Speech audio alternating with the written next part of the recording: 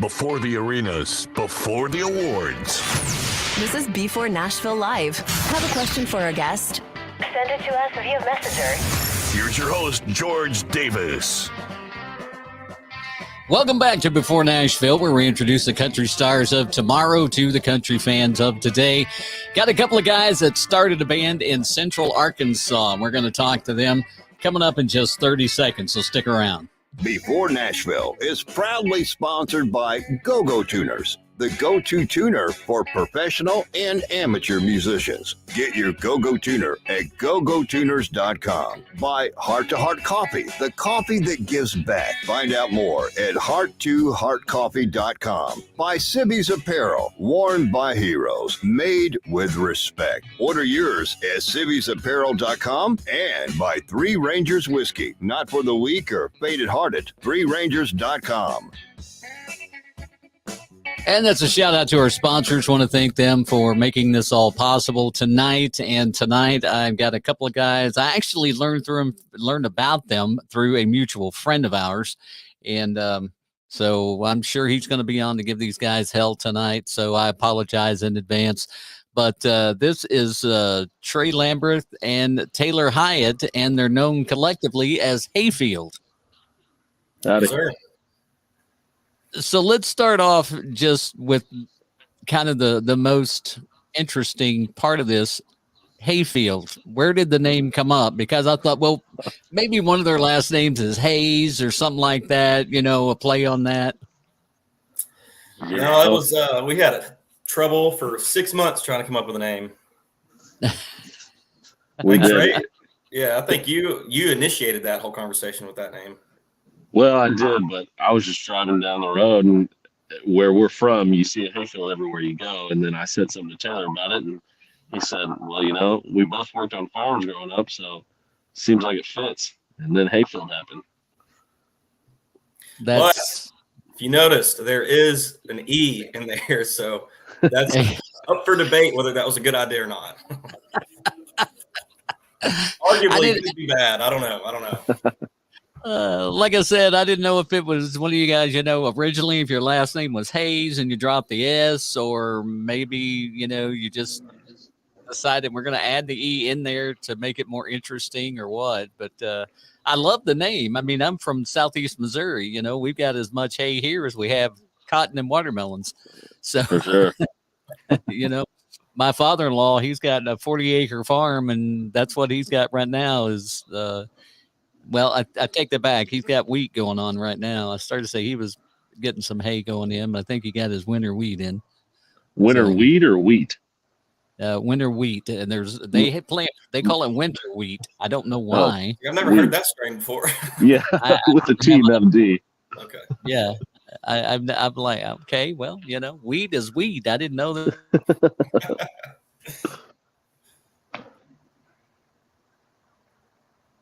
I'm going to get to the good part about your name later on, because I have a segment I'm going to throw that, or not your name, but about your story. But okay. Tell me individually, and I'll start with Trey. What got you into music? Oh man, I actually come from a long line of musicians. My grandfather's in the Rockabilly Hall of Fame for a song called "Latch Onto Your Baby," and he worked with Elvis Presley and Bill Price, and did a lot of stuff back in the day, and owned his own record label. And my dad played drums, so it was only fitting that I would pick it up. Awesome. So Taylor, what about you? Mine's not very cool at all. Nobody really played instruments or anything in my family. I mean, my dad had a little bit of rhythm, not like a drum set or anything. Didn't play drums. Nobody played any instruments. Mom sang in the car. Wasn't really anything special, but I got obsessed with noises. Guitar for years and years. Kept begging for a guitar, and then I got obsessed with it. And then now we're here today. Worst thing that's ever happened to him. It's horrible. So Trey, now I play drums, and I remember growing up, and I remember all the complaints about practicing and stuff like that. And we lived in a small town, and Southeast Missouri. And it was so funny because I used to, my drums, they were set up in my parents' room because it was the biggest bedroom in the house. And we didn't have enough room in the front room to set them up. So, and it was a big kit. I mean, I never set the whole thing up. It was too big. It was like, probably one of Neil Peart's early sets or something. I don't know. Yeah. But it was huge. And we had a friend that lived like 2 streets over. She was an older lady and just a sweetheart. And she told me one time, I would always hear you practicing and I would go out on the front porch to listen to you practice. Yeah. And that's probably the only positive comment I ever had about practicing at all. Right. And so was it like that? I mean, I know at the house, if your dad played, of course, you didn't have that much of a complaint, I'm sure. Well, I lived in the middle of the woods, so I don't know if anybody was going to complain because there wasn't much around us. But my sisters complained. But, I complained when she played the clarinet, so it was even. Everybody should complain on that. Exactly. Everybody complains until they hear somebody playing the clarinet. No, for the longest time, I actually, I was a little kid. I started playing when I was 9 years old, and it was like cutting teeth just to get me to play for a minute. And my mom just said, stick with it. And if it wasn't for my mom, I don't know if I'd still be playing. So I stuck with it. And after, it's too bad. I think after 15, it all worked out and well, in some sense. And I'm still here doing it. Well, so Taylor, I'm going to start with you on this one. Musical influences. Who? Like top 3, number 1, or like just a few? Give me your, we'll just say the Mount Rushmore. Give me your top 4. A Day to Remember, for one, which is a pop. He froze up there. Oh, no, he froze. What is going to say? And it's kind of a pop rock band. Yeah, pop metal rock kind of thing. Right. Oh, man, we lost him. Yeah, he froze up good. I don't know if he'll realize that or not. So let's just go ahead and jump to you real quick, Trey, and you give me yours. Well, it's funny because I don't know that either of us have a whole lot of real, present day country influences, but I'd probably go with a band called Incubus. Have you ever heard of Incubus? I was really into Dr. Dre growing up as a drummer. He was the best producer. He made the coolest beats I'd ever heard, so it made a huge difference. And then my sisters always listened to Outkast, and I couldn't stop listening to it because the horns came in, and I got into jazz band at a certain age. And then everything started to kind of change when I started listening to Blink-182 and Boxcar Racer. So really, no, I don't know if there's any country in my top 4. But it's very eclectic because you go from Incubus to basically rap, and then Outkast, which kind of had some rap in there, but they were more a vocal urban band. Right. And then, just on down the line. And has that influence come through on your music that you do? In certain situations it does, whether it's their arrangement or vocal melodies. So even working with Taylor and I primarily write everything together, and his influences come in too, and we just kind of meld. Our song Needed Me, you can hear a huge, you've got the trap hi-hats, the 808 back there. And then how we arrange songs and structure them is more similar to like phrasing is more similar to rap than it is actually country. So I guess I'd say, yeah.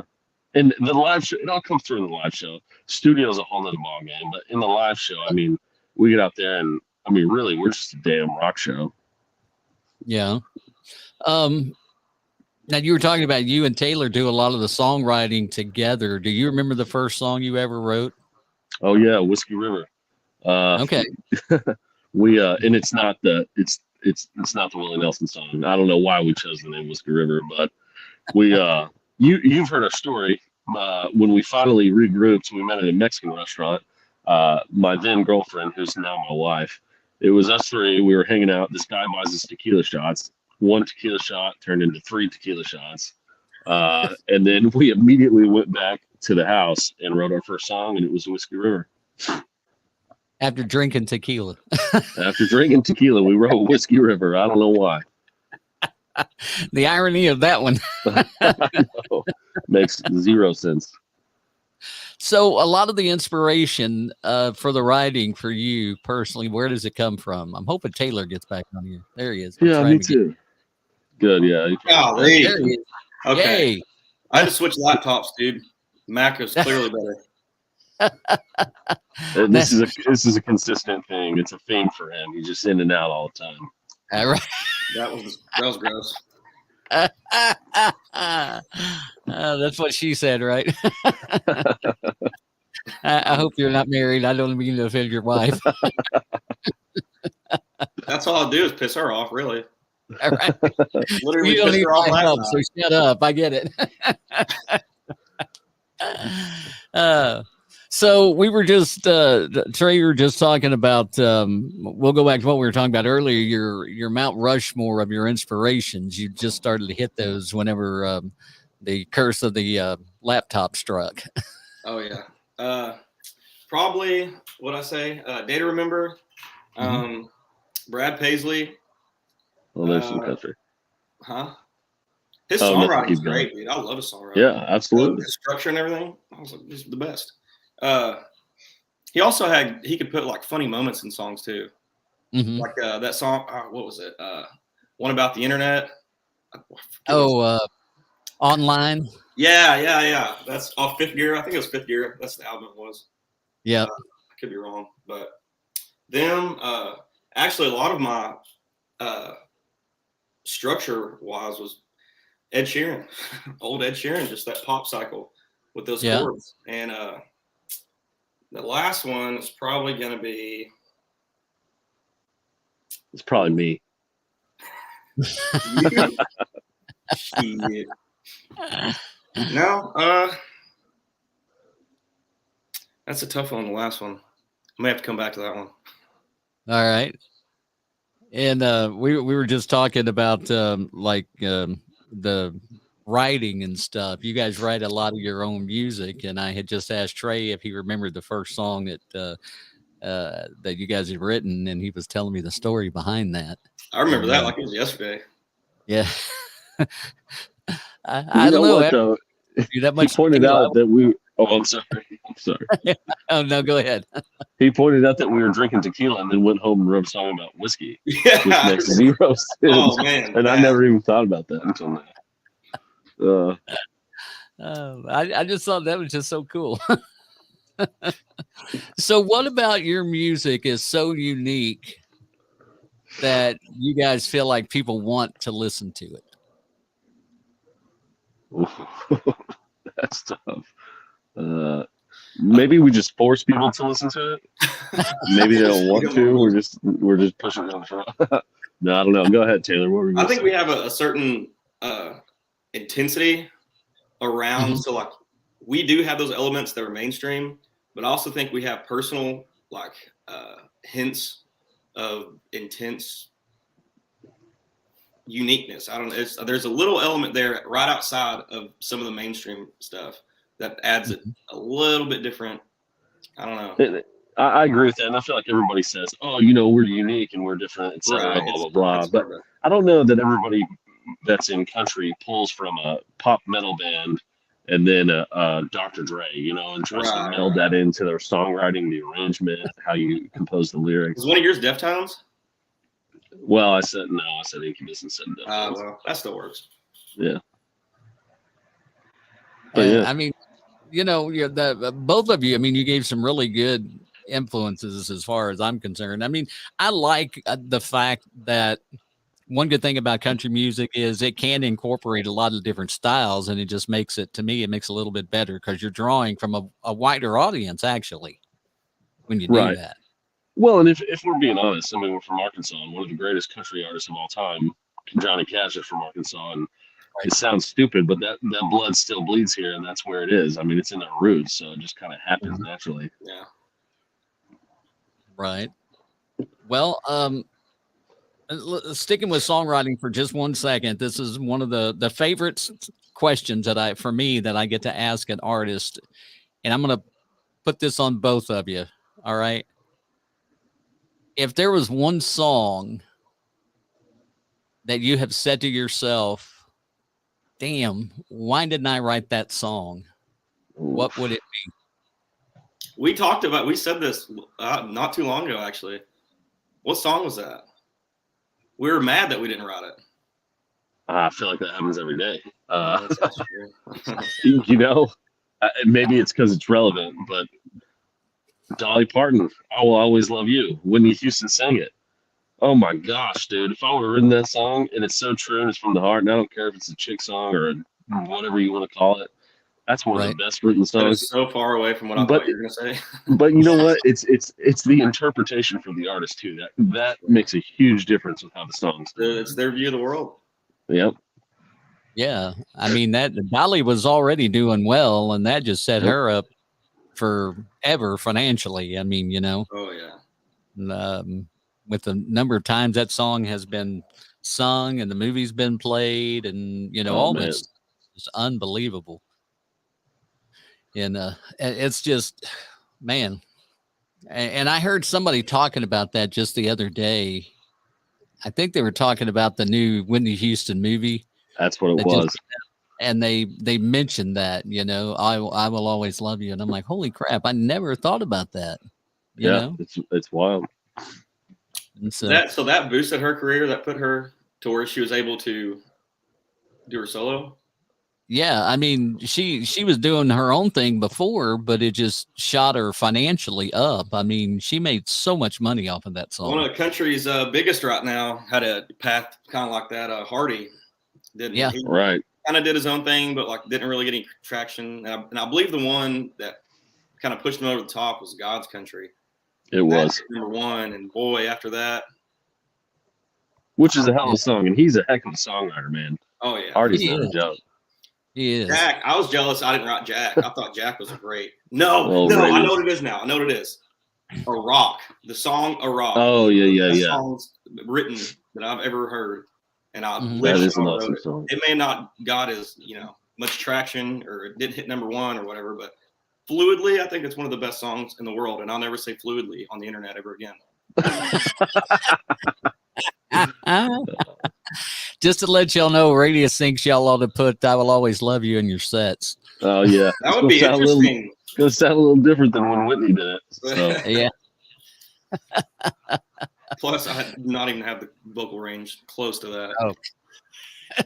I know very few that do. Very few. Now, if you could go on tour with any two bands, doesn't matter. I'm not being genre specific or anything like that. We're leaving the what are they saying now?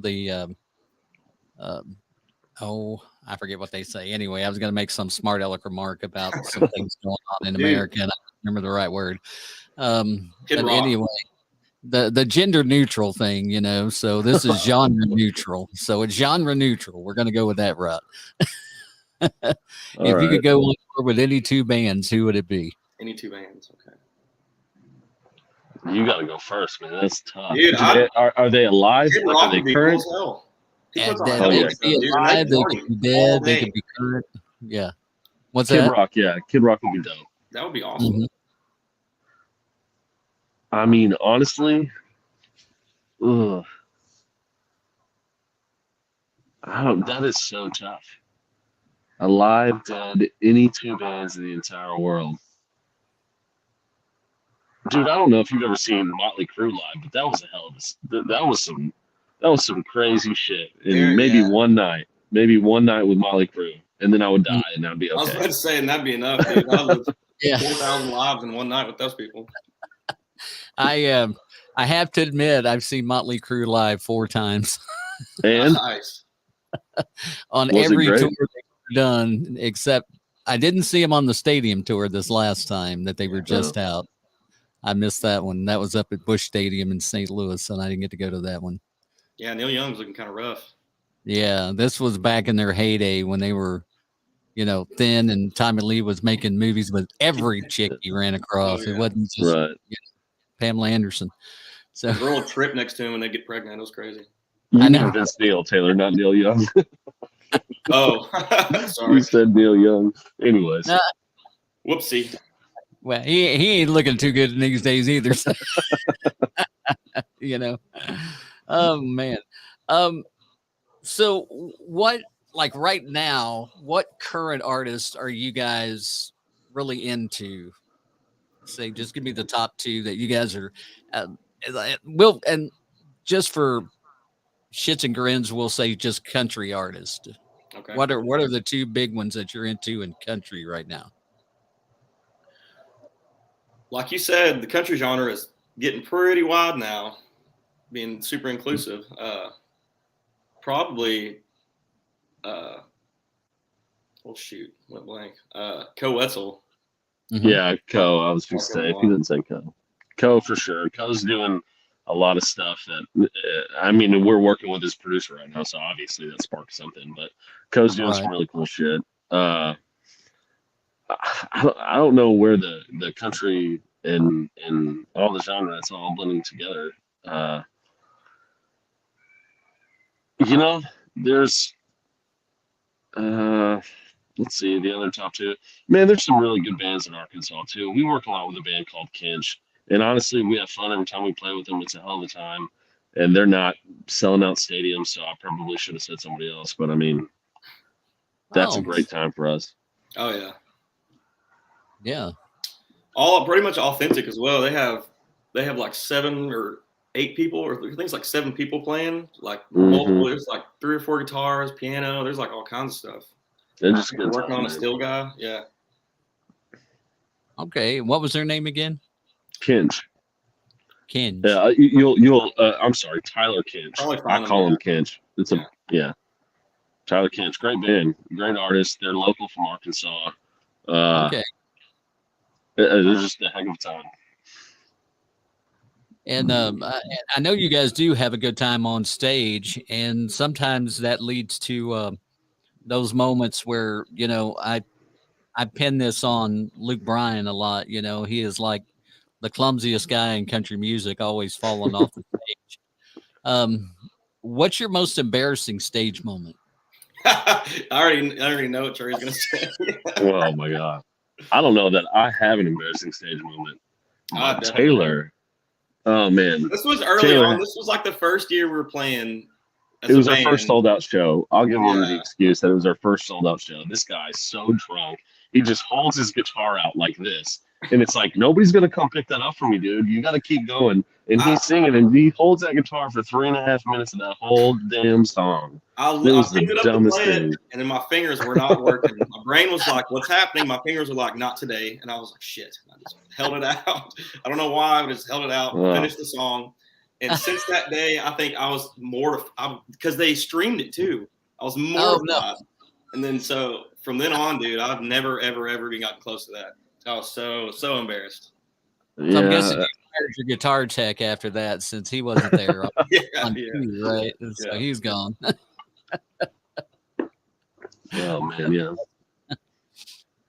Have you had anything like that happen, Trey, where you've like? No, Taylor just hard because Taylor tries to be funny, and Taylor talks a lot of shit to me on stage. But at one show, he just decided to get his beer or drink or water or whatever it was, and I'm in the middle of the end of our set, and I'm like getting it, and he just starts pouring shit all over me, and it's pouring it, and luckily the crowd loved it, and I'm like, what are you doing to me right now? I got to clean my drums, clean my cymbals, take everything apart, but you know, it's all for the show's sake. I thought it was funny. It looked like he hated it, so it was fun for me. You know what I mean? Right. So, what song would you say? I know what you're going to say. I think, Taylor, because you mentioned it earlier, but a song that's stuck in your head, and you mentioned one that, you know, Jack by Hardy earlier. Sound like that might be the one. Well, actually, this is like taking over my life. I think it came out last year, but I cannot get the melody out of my head, and it's "Strangers" by this band called Bring Me the Horizon. Right. They're like he's like, why did you country? I'm sorry. He's like, I'm on a country podcast. Hey, it's music. It doesn't matter. You know, you got it. Everybody's got influences from different places, you know? Oh, no. For country, though, Yeah, it's probably Jack. I've been screaming that in the back of my head for a little while. That build up at the end. Yep. Oh yeah. That's actually getting rock radio play, believe it or not. I know. Oh yeah. I'm forgetting where they draw the line now. I just don't think there's any lines. I know. It doesn't They're make any bleeding sense. into each other. Yeah. Trey, what about you? What's sticking in your head? Well, Dolly Parton. yeah, I mean, if I'm going the latest country one, it's what's that last that new Cody West Ocean. Oh. That's a really cool song. Yeah. That's kind of stuck in my head. And I'm a huge Cadillac 3 fan too, so Oh yeah. Hard Out Here for a Country Boy. It's not new, but that song's always stuck in my head. So Long After Last Call. That's a great song too. yeah, it is. It's one of their slower ones. They don't really have slow songs, but that's Yeah. There's some great guys too. I saw them on tour with Brantley several years, and that was pretty awesome. And that was right after they changed from the Cadillac Black to the Cadillac 3. Oh, really? You saw the new persona. Yeah, they went from a 4-piece to a 3-piece, and that's when they changed to Cadillac 3. That gives me an idea. Yeah. So you guys play where do y'all, I mean, what's the geographic area you guys primarily play? Is it mostly central Arkansas? I mean, you get over into Oklahoma and Kansas, or just primarily well, we started in Arkansas. It's starting to expand out into like southern Missouri. There was actually the event in Missouri. The last one got canceled for some reason, for COVID or something like that. But I mean, we're bleeding into. We played Tulsa recently, down in Texas. We have a couple of shows coming up this year. There's a couple places. Yeah, Maine. You would never think of a country in Maine, but Maine is like this huge desire for country up there. It was, oh yeah, Kennebunkport, this area, this Kennebunk is where the presidents like retreat and shit. It's weird. It's crazy. Yeah, they all sit outside and drink beer and just listen to country music all day. It's the craziest thing. That whole northeast area, for some reason, the northeast of the U.S. is just unbelievably. It's like they're starving for country music, and I have a lot of friends up there that are country artists, and I mean, and they stay busy, and it's like, but they just don't have enough, and so they want more, but then they want some that kind of have that country feel, as opposed to, and I cannot do a Northeast accent, so don't ask me to. But they kind of have that accent, so, they like people that for whatever reason, they think because of the accent, kind of like, was it Hardy that did more country than you? Yeah. Rednecker than you. Rednecker than you. Yeah. Well, Brothers Osborne is from up in that area too. So I forgot about it. Yeah. And they're great. Talk about a great live band. They're phenomenal. Oh, they are. They're great. His voice is kind of can't really match that. He's got a very unique, deep baritone almost voice. Yeah. Yeah, we're big fans of theirs. We've seen them. I'm trying to think. We've seen them live, but it's been like down in Nashville at a showcase or something. We've never been down there. Their first two projects were my favorite, I think. After they started releasing more records and stuff. I think their first EP and that first record, I think those were my Shoot 'em straight. Yeah. They were really good. I liked a lot of the songs on the last one, but I really didn't get into it like I did the first ones. Like neither did I. Second one, I was just burning them up. Yeah. But the last one was just like, yeah, okay. Yeah, whatever. I share that sentiment.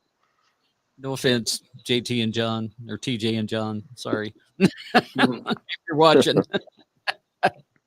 So, you guys, you got your own original music when you're in a show. Are you mixing it up, originals and covers?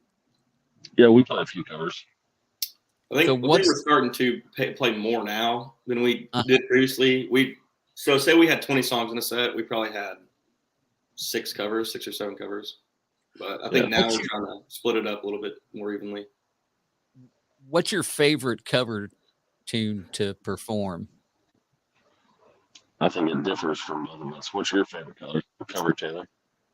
Right now, because it's different from the original song, because it has more energy, it's faster. Probably the Muscadine Bloodline. Porch Swing Angel. That's what I was going to say too. Yeah. We cover Porch Swing Angel by Muscadine, and that's my favorite. Okay, yeah, that's fun. But we do our own little rendition. The first half, the first chorus, or the first verse and the chorus are kind of the same, but as soon as we drop into that second verse, it kind of changes, picks up the pace. It's interesting. Okay. You don't have that on video anywhere, do you? I can check there was a small snippet, but yeah, I don't think we have the whole thing. Nah. I just have to come to a show. That's just all there is to it, you know. Right. Well, yeah. And I thought Trey was going to say "In the Air Tonight," you know, being a drummer, you know. Oh man, if only. So you do a country version of that one, right? Oh, we can do it. That would be crazy. So you guys, y'all sent me a couple of songs, and I got to tell you, I have been listening to your stuff since Radius told me about you, and damn, I don't even know what else to say. I mean, it's good. I appreciate that. You know, apparently Radius did your monitors at the Air Force Base in Little Rock in July. Yep. Because he said the monitor guy was awful. Oh, probably the best it's ever been, if I'm being honest. And it was in a metal shed almost. Wild. He made it sound awesome, which is almost impossible to do in a metal shed, you know? Mm-hmm. Oh yeah. Yeah, gosh, the sound bouncing everywhere from there. That sucks. But you guys, you've got the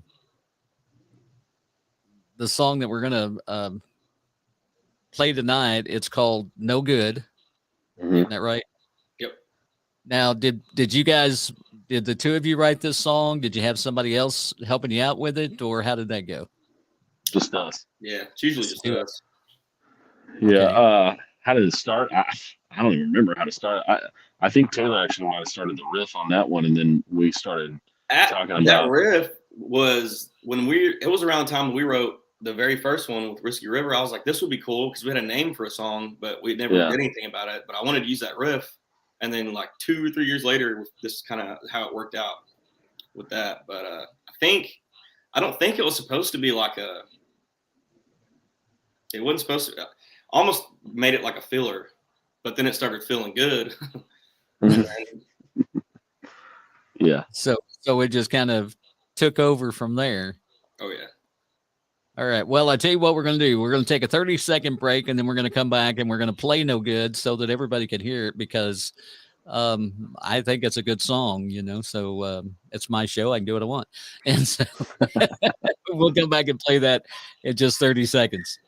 Before Nashville is proudly sponsored by Go-Go Tuners, the go-to tuner for professional and amateur musicians. Get your Go-Go Tuner at gogotuners.com. By Heart to Heart Coffee, the coffee that gives back. Find out more at heart2heartcoffee.com. By Sibby's Apparel, worn by heroes, made with respect. Order yours at sibby'sapparel.com. And by Three Rangers Whiskey, not for the weak or faint-hearted. ThreeRangers.com.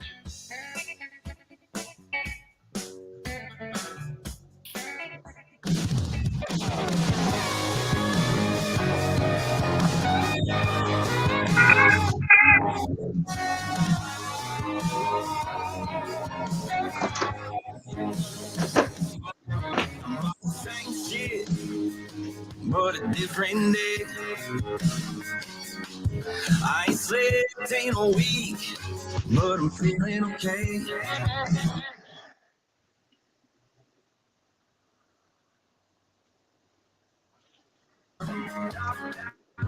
You need a seat right next to me so we can tear this place apart. So, hey, you look up to no good.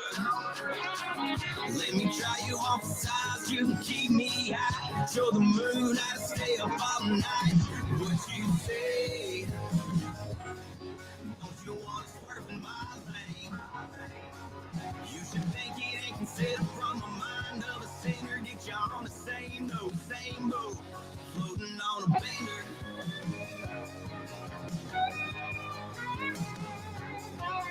Don't wanna let you slip through my fingertips, 'cause you feel so good hanging off my lips.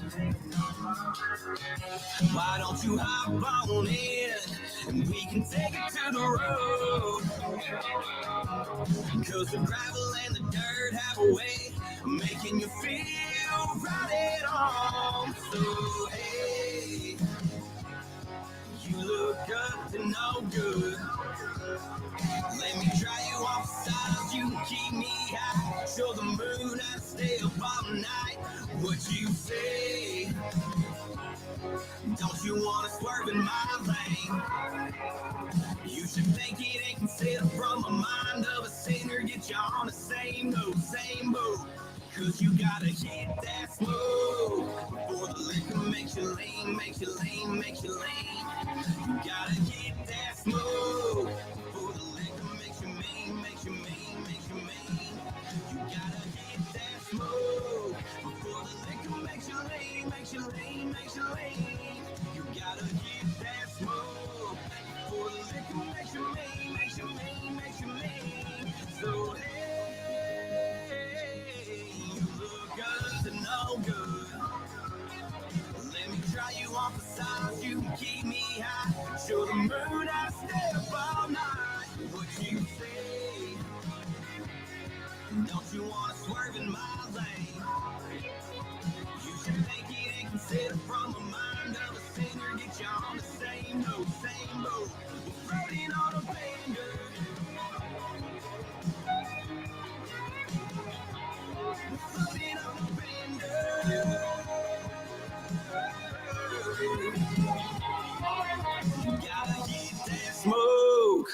That's Hayefield. The song's called No Good. And I got Taylor here with me. Looks like Trey stepped off for a second.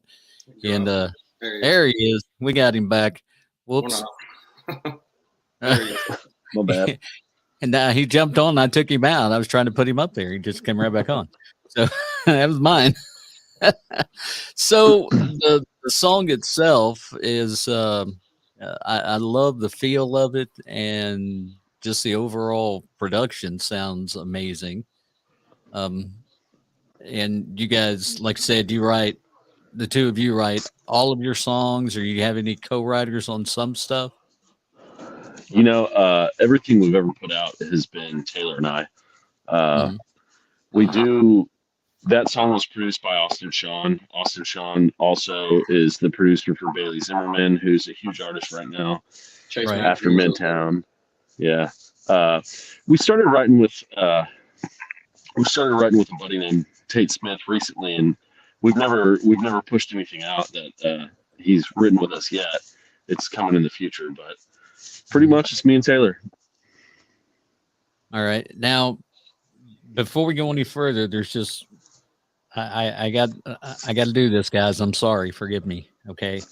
Are you gonna put on your yellow MC glasses? Because I heard yellow MC glasses. He tells that story to everybody. I don't know why. I'm gonna have to go find him, and I'm gonna put him on. Is what's gonna happen.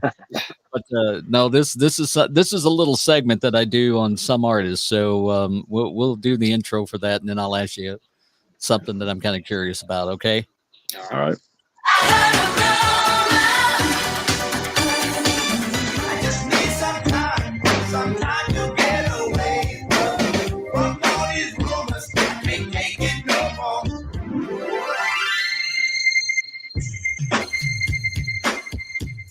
So this is, I heard a rumor. Okay. And the rumor that I heard, which it's really not a rumor per se, because you guys do have it in your bio, but you met in a bar and that did not turn out well. The initial meeting did not turn out well. No. No. Well, I thought it did, but apparently it didn't for Trey.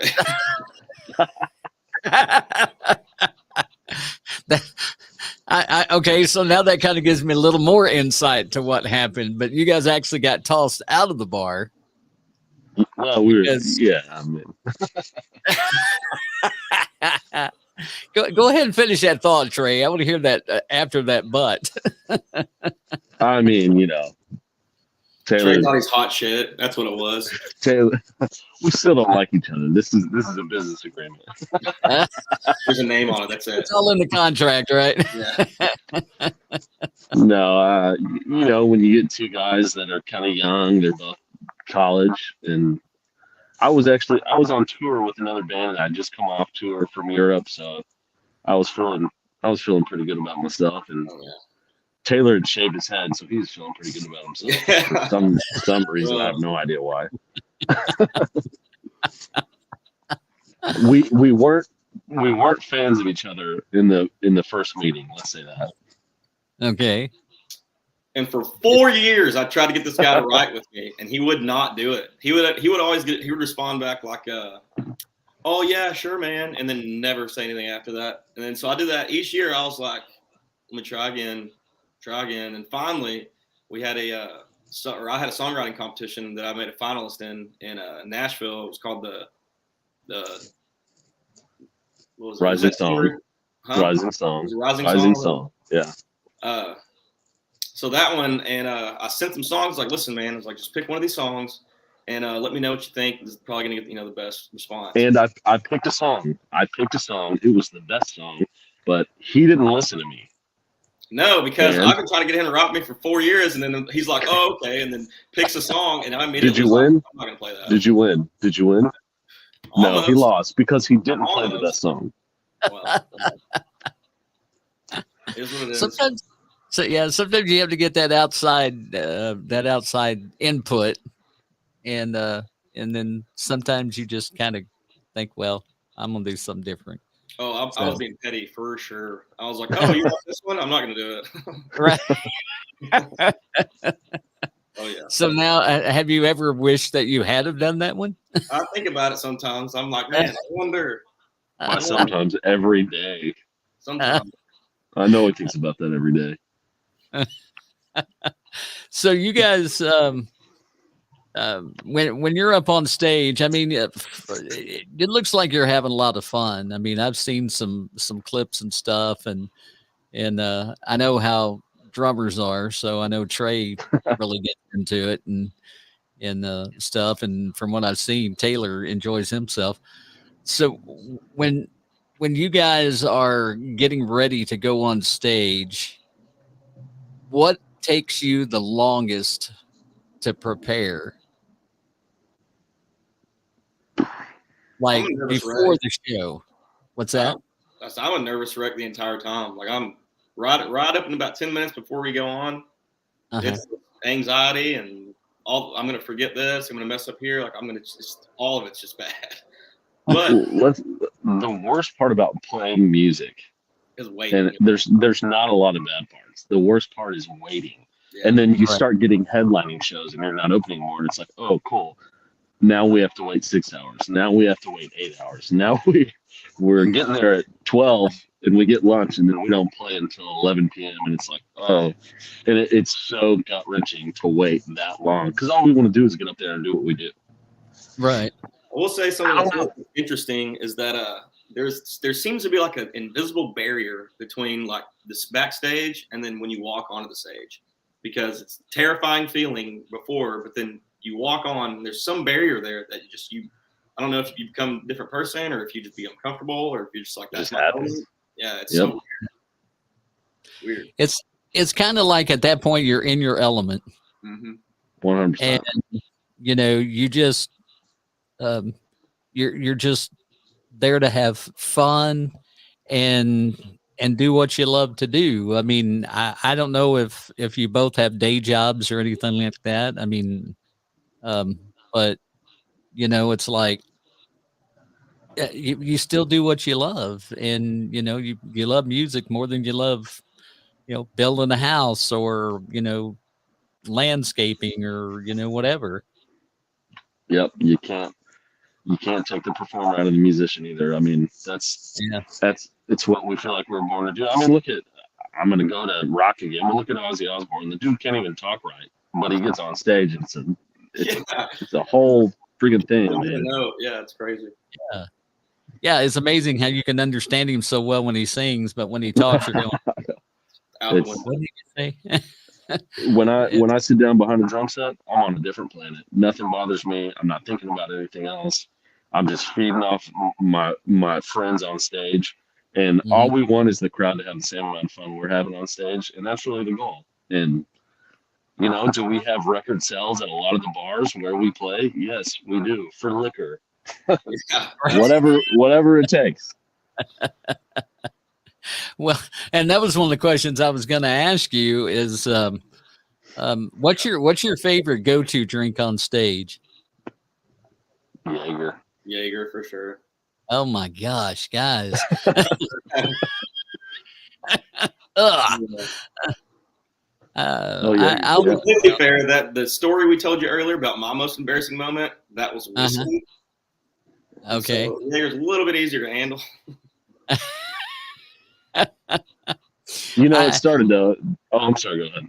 No, I'm just going to say probably one of my worst moments was on Jaeger. So I can't even look at that anymore. It all started because we were like, you know what? We're going to shoot what we love or shoot what we hate before we do what we love. And it was like, let's take the worst shot we could ever imagine and then get on stage and do what we love because it makes it so much sweeter. Right. But unfortunately, we started loving Jaeger too. So now it's a whole ass problem. Got some in the freezer right now, actually. So if you guys could collaborate because I mean, country music right now, one of the biggest things is collaborations. I mean, everybody's doing them. If you could collaborate with an artist, who would it be with a country artist right now? Who would you guys want to do a collaboration with? Dude, I really like Holly Beth. I like what Holly Beth is doing. I think that's super cool. She's got her own little unique style. She's coming out of Texas. I think it would be cool to do a collab with Holly Beth. I don't know about Taylor, but it would work out because we have a song specifically catered for a duo. Yeah, a duet. We haven't found anybody to do it yet, but they're out there. You just have to find them, right? So you guys, I mean, I'm just kind of judging from what you're saying. You guys are really into the Texas scene, which a lot of the viewers and stuff, they haven't really. I don't think they've watched. I'm kind of into it. I've watched the Texas music charts and stuff like that. So I really like like Muscadine and Cody Johnson, which I know he's kind of more mainstream now, but he did his own thing for a while and Randy Rogers and Wade Bowen. I mean, it goes on. I don't know if he's really Texan, but Dylan Carmichael, he's still kind of got that feel. He's got that traditional country sound. Texas. Yeah. Parker McCollum. Yeah. Parker. Coe's Texas. Cody West, Dylan Wheeler. There's all kinds of. Yeah, I think Reed Southall's Texas too, and they're hell. And Whiskey Myers, aren't they Texas? Myers, yeah. Oh yeah, you might be right. Reed Southall might be Oklahoma. And Cody Hibbard. Actually, you know what? Cody Hibbard. We play a lot of shows with Cody Hibbard, and I don't know where he's from. He's from Oklahoma and Texas and Arkansas. I don't know, but Cody Hibbard's a hell of a time too, man, and he puts on a great show. I'll have to look him up. I don't recall the name or anything right now. I'm gonna tell you this: you don't usually see, and he can be mad at me, and this is no disrespect anywhere, but he's got a shirt that says "Holy shit" instead of "Holy shit" because he's Asian, and he's a country singer, and it's a whole vibe. It's the bomb, dude. It's I got hilarious. this shirt, and then He's I a asked blast, him, he dude. said, "Man, do you think I'm gonna get shit for wearing this? You think they're gonna call me racist?" or something?" He goes, "No, man, just tell him you know me." And after a while, I was like, he was just messing with me. And it totally looks that way on my white face. Like, holy shit! Like, walking to an Asian restaurant, they're gonna be like, "Get the fuck out." No, you got to listen to Cody Hibbert, though. You do. Look him up. He's good. I will absolutely do that. So if you guys could play one venue or what, let me rephrase that. What is your dream venue or your dream festival to play? I already know the Ooh. venue that I think Trey. You pick venue, I'll pick festival. How about that? All right, Madison Square Garden. Hell yeah, good choice. Festival, Stagecoach. Stagecoach is Stagecoach. the festival, man. Stagecoach, yeah. Yeah. What is that like?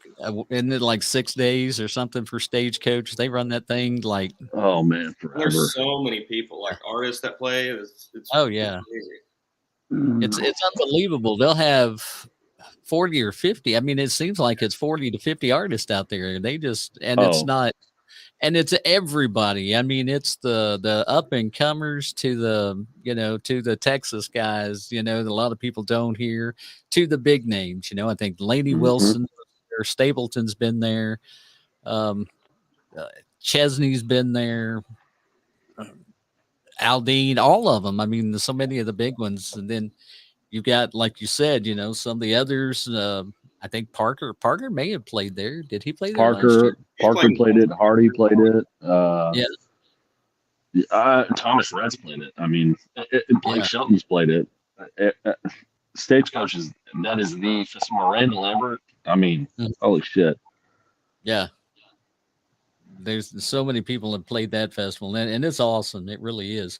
I wish Woodstock wouldn't have shit the bed so we could have done that, because that would have been really fun as well. Yeah, that would have been a good one. I'm like you.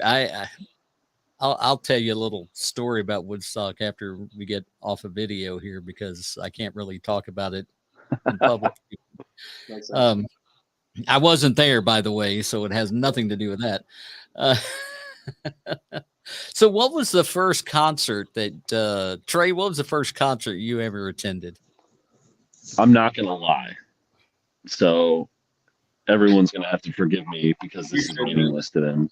My first concert was Jackie Velasquez, and she was a Christian singer, and I went to see her at Henderson State University, which no one knows either.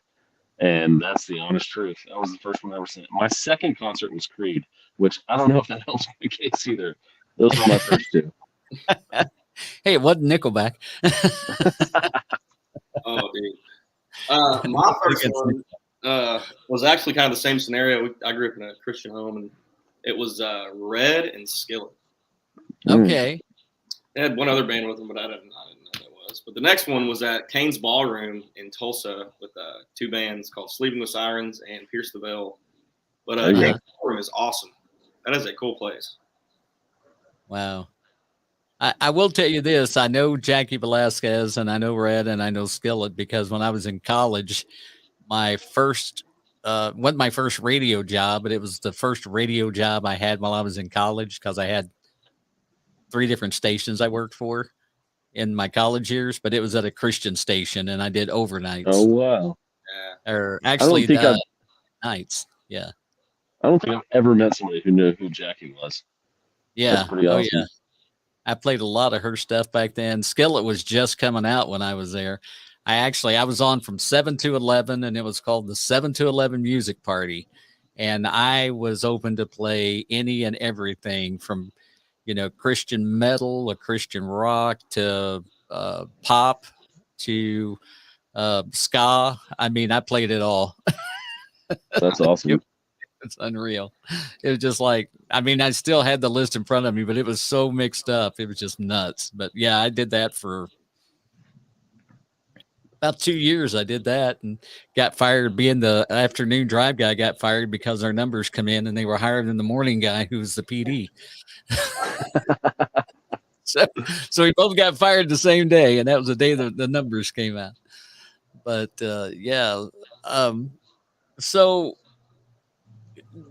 where are you guys? I mean, you guys have anything lined up as far as shows or anything? Kind of give us an idea of where you're playing over the next month or so. Well, so we usually take January and February to rebuild the show for the upcoming year. Okay. And we take a look at everything. We just got out of the studio with Taylor Kimball.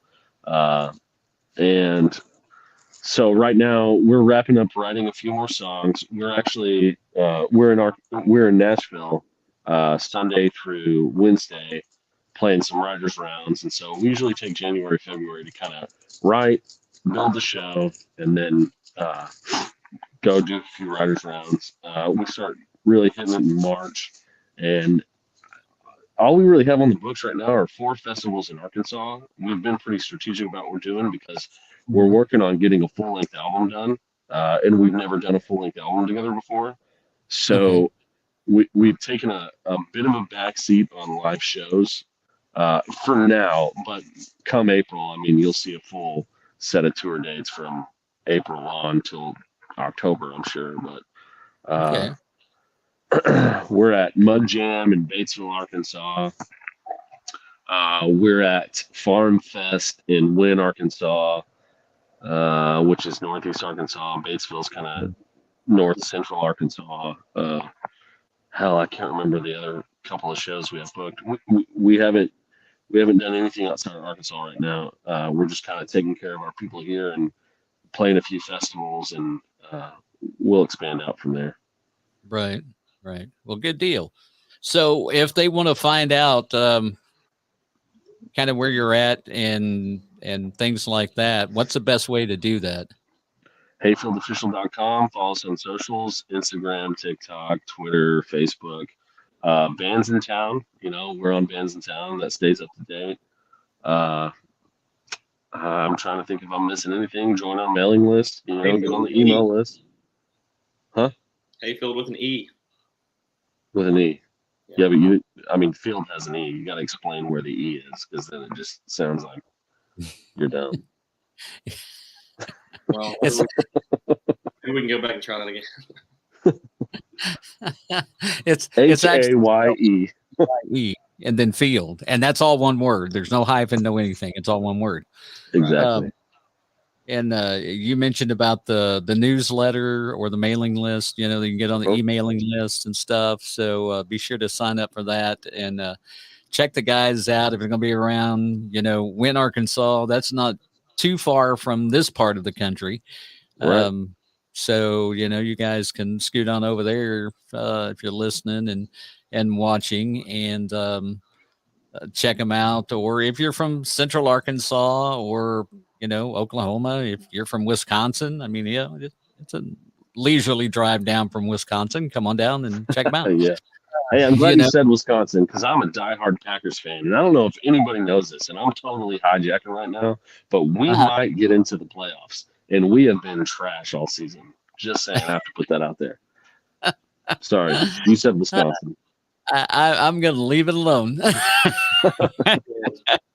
No, I'm just kidding.